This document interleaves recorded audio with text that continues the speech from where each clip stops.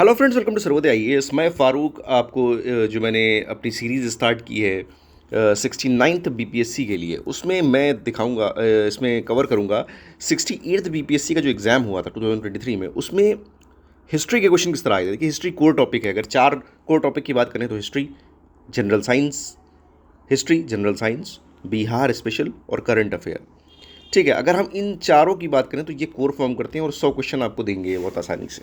ठीक है, तो उसमें हम हिस्ट्री को देखेंगे और समझेंगे कि जो क्योंकि 68 बीपीएससी थोड़ा सा बदलता हुआ पैटर्न था, नेगेटिव मार्किंग थी और कट ऑफ लो गई थी। यूजुअली कट ऑफ जो है वो 108 के ऊपर जा रही थी, लेकिन सडनली वो 91 के आसपास आ गई थी। तो ये समझना होगा कि पेपर में क्या चेंज आया, और history being a core topic, तो इसमें देखते हैं क्या चेंजेस आए हैं। स्टार्ट करते हैं। आप लोग सर्वोदय चैनल की यूट्यूब चैनल और टेलीग्राम चैनल को जरूर ज्वाइन कर लें। सारे इनिशिएटिव फ्री ऑफ कॉस्ट हैं और पीडीएफ भी आपको वहाँ पे प्रोवाइड की जा रही है। स्टार्ट करते हैं। पहला क्वेश्चन था, when did the use of iron begin in Indian subcontinent. Indian subcontinent में यूज़ ऑफ आयरन कब स्टार्ट हुआ।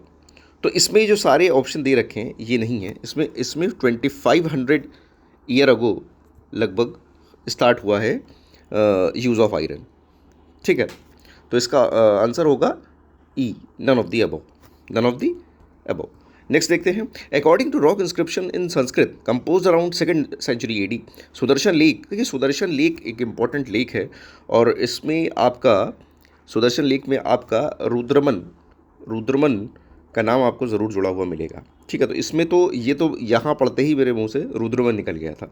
तो जब आप चीज़ों को लगातार रिवाइज करेंगे तो आपको ये मिलेगा। Rudraman one was a Saka ruler from west Kshatrap dynasty and he was the grandson of King Chastana. Rudraman I took up the title of Mahashatrap, the great satrap, after he became the king and then strengthened his kingdom. ठीक, आगे देखते हैं। Temple of Deogarh near Jhansi, the sculpture in the temple at Garhwa near Allahabad are important. देखिए, देवगढ़ का temple जिसने भी Gupta art को पढ़ा है वो ज़रूर करेक्ट मारेगा कि वो झांसी के पास जो देवगढ़ टेम्पल है वो गुप्ता आर्ट में आता है। ठीक है, ए आंसर है इसका। इस पीडीएफ को मैं अपलोड कर दूंगा, आप लोग वहाँ पे डिटेल आंसर पढ़ लीजिएगा। Vikramshila university was established by, Vikramshila university was established by. देखिए, विक्रमशिला यूनिवर्सिटी हुई, ठीक, मैं इसका एक अलग वो कवर करा दूंगा। जैसे विक्रमशिला यूनिवर्सिटी हुई, उसके बाद आपकी नालंदा हुई, उसके बाद आपकी वल्लभी हुई, ठीक है, उसके बाद आपकी तक्षशिला हुई। तो ये सारे उसका किसने किसने इस्टेब्लिश किया, कहाँ इस्टेब्लिश किया, ये सारा इंपॉर्टेंट है और ज़रूर आएगा। तो धर्मपाल इसके आंसर हैं, पाला रूलर। ठीक है, इसके बाद आते हैं Tabaqat Akbari. Tabaqat Akbari has been sometime considered more reliable than Abul Fazl's Akbarnama. ठीक, तो ये लिखी किसने थी। तबाकात अकबरी लिखी थी निज़ामुद्दीन अहमद ने, निज़ामुद्दीन अहमद ने लिखी थी। ठीक है, नेक्स्ट आंसर देखते हैं। ड्यूरिंग दिल्ली सल्तनत द डेजिग्नेशन ऑफ मुकद्दम और चौधरी। मुकद्दम और चौधरी ये कुछ नहीं है, ये विलेज हेडमैन है। See, village headman. अच्छा, नेक्स्ट देखते हैं। 7, who among the following famous ruler founded the suburban township of Nagalapuram near Vijayanagar after his mother's name. Nagalapuram, तो इसमें नो डाउट ये केडीआर हैं। केडीआर कौन, कृष्णदेव राय, कृष्णदेव राय, कृष्णदेव राय। नेक्स्ट आंसर देखते हैं। Who among the following made an offer to Humayun that he would surrender Bihar and pay annual tribute of 10 lakh dinar if he was allowed to retain Bengal? ये थे शेर खान। शेर खान ने बोला था बंगाल हमें रिटेन करने दीजिए, बिहार, ठीक है, तो 10 लाख दिनार हम आपको देंगे। आगे चलते हैं। Which one of the following was a journal brought out by, अच्छा, अल हिलाल और अल बलाग, ये दो जो वो थे न्यूज़पेपर थे वो अबुल कलाम आज़ाद के थे। अल हिलाल, ठीक है।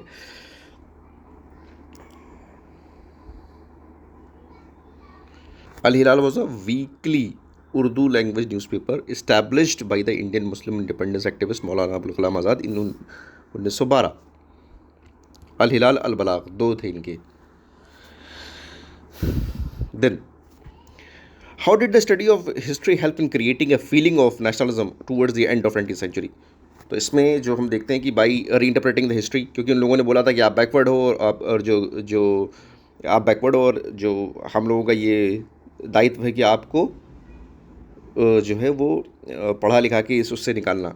एक तो ये थ्योरी देते थे वो किसी पे, ठीक है, इंडियंस को बैकवर्ड बता के। फिर ये बताते थे कि हम लोगों को, क्योंकि हम लोग जब लगातार बताया गया बैकवर्ड हो बैकवर्ड हो बैकवर्ड हो, तो हम लोग को में क्या हो गया, इन्फीरियोरिटी को वो फीलिंग आ गई कि हम इन्फीरियर हैं। तो हमें ग्लोरियस पास्ट के बारे में पता चला कि नहीं नहीं, हमारे पूर्वज तो ऐसे थे।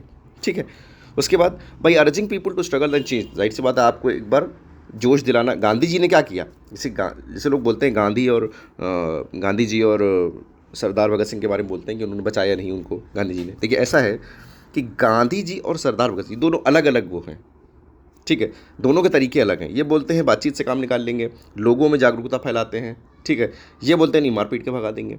पर ये जागरूकता फैला के लोगों में एक वो क्रिएट करते हैं कि फीलिंग ऑफ नेशनलिज्म की, नहीं हमें लड़ना चाहिए। ये उन्हीं लोगों को यूज़ कर लेते हैं जिनको ये जागरूक कर रहे होते हैं। ठीक है, तो कोई एक दूसरे का यहाँ पे दुश्मन नहीं है, मिल के काम हो रहा है। तो यहाँ पे क्या किया, स्ट्रगल के लिए तैयार किया लोगों को। तो इसका आंसर होगा D, more than one of the above. उसका which one of the following are correct regarding the non cooperation movement. Only upper caste, देखिए इस तरीके के वर्ड को तो आप वैसे भी पकड़ सकते हैं, इस तरीके के एक्सट्रीम वर्ड को तो आप वैसे भी एलिमिनेट कर सकते हैं। Only upper cast and rich took part in the movement. The council elections were boycotted even bye the justice party of Madras.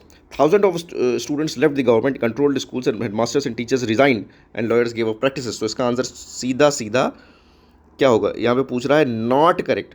तो नॉट करेक्ट में पहला तो नॉट करेक्ट है ही है। ठीक है, तो आंसर या तो ये होगा या तो ये होगा। उसके बाद सेकेंड देखिए, the council elections were boycotted by the justice party of Madras. तो यहाँ पे कह रहा है most provinces except Madras boycotted था, तो मद्रास ने नहीं बाइकॉट किया था। तो इसका आंसर होगा सी 1 एंड 2। देन नेक्स्ट क्वेश्चन देखते हैं।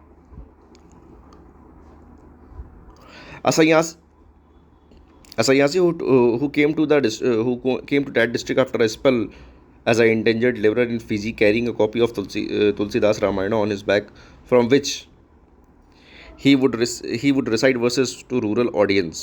ये थे बाबा रामचंद्र, और ये अवध रीजन में बहुत ज़्यादा एक्टिव थे। ठीक है, फेजेंट लीडर थे, और अवध में रीजन में इन्होंने काफ़ी ज़्यादा अच्छा काम किया था 1920-30 में। उसके बाद who was the founder of All India Harijan Sangh. All India Harijan संघ में आप कंफ्यूज हो गए होंगे महात्मा गांधी और बी आर अम्बेडकर में, पर इसका आंसर महात्मा गांधी है, 1932। अच्छा, ये वही येरवाड़ा जेल में जो वो हुआ था ना, पैक्ट हुआ था ना गांधी अम्बेडकर के बीच में, उसी के बाद ये सब चीज़ें हुई थी। On 28 January 1947 prime minister Attlee announce that the government's decision to withdraw from the India latest by, ये था जून 1948 तक हम छोड़ देंगे। Then at Calcutta session of Indian National Congress held in 1906 the flag of swaraj for India was unfold by 1906 में कौन था, दादा भाई नेहरू जी थे। ठीक, उस सेशन के प्रेसिडेंट ही दादा भाई नेहरू जी थे। आगे बढ़ते हैं। द स्वदेशी and boycott were adopted for the first time तो पार्टीशन ऑफ बंगाल में 1905। During the freedom struggle, the parallel movement launched in Indian states of Kashmir, Nizam's of Hyderabad Travancore was. ये थोड़ा सा कंफ्यूजिंग क्वेश्चन था, लोग इसमें दो चीज़ों में कंफ्यूज थे। उसने आयोग ने इसका आंसर प्रजामंडल मूवमेंट मांगा था, प्रजामंडल मूवमेंट। आगे आते हैं। Which of the following statements regarding the Indian freedom struggle is not correct. Indian freedom struggle is not correct. Gandhi ji was arrested in 1921, नहीं 1922 में अरेस्ट हुए और 6 साल के लिए जेल हो गई। हुआ क्या था, चौरी चौरा हुआ।